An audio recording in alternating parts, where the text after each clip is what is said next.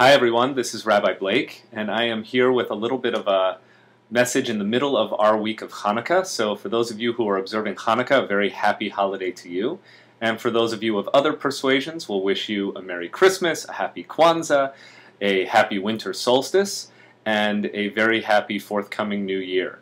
So this message this week is about miracles, because Chanukah is a holiday that celebrates the story of a miracle.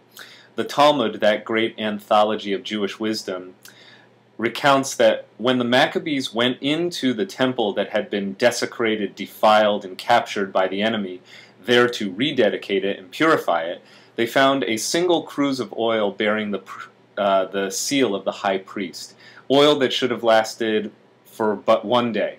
But they kindled the lamp, and in fact the oil lasted for 8 glorious nights, and that's the story we recount on Hanukkah.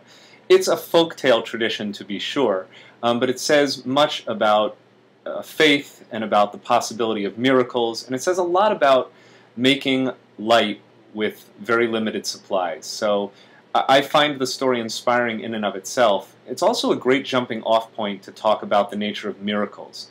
And I think that many of us, were this our only introduction to miracles, or we might have other familiar Bible stories like the splitting of the Red Sea to deliver the Israelites from slavery to freedom, or the story of the way in which God miraculously provided manna, which is this kind of supernatural food that descended from the heavens so in order to sustain the Israelites during their desert wanderings. All of these stories suggest that a miracle is when God intervenes in the course of nature to create something supernatural, dramatic, unprecedented, unseen.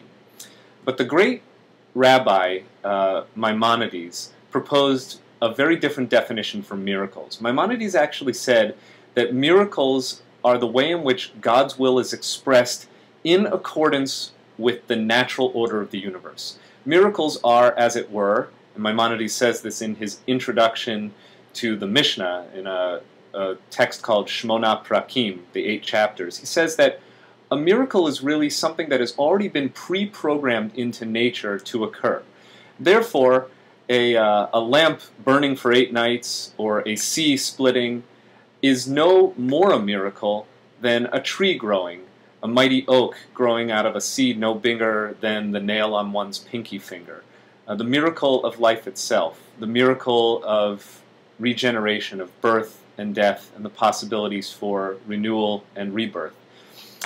I have been, as you know, healing from an ankle injury, having fractured it about 7.5 weeks ago. And for me, the ability of the body to regenerate is no less miraculous than the miracles we read about in our ancient folklore. As I kind of watch myself going from somebody who's completely immobilized to now not having the cast on and learning tentatively to take my first steps again, I feel the possibilities of miraculous regeneration taking place within me. And also I look to the world, I notice we're at the week of the year that contains the winter solstice, which is the shortest daylight hours of the year. And now all of a sudden I see renewal and regeneration in more and more light glowing in the universe. I wish you a very happy holiday season.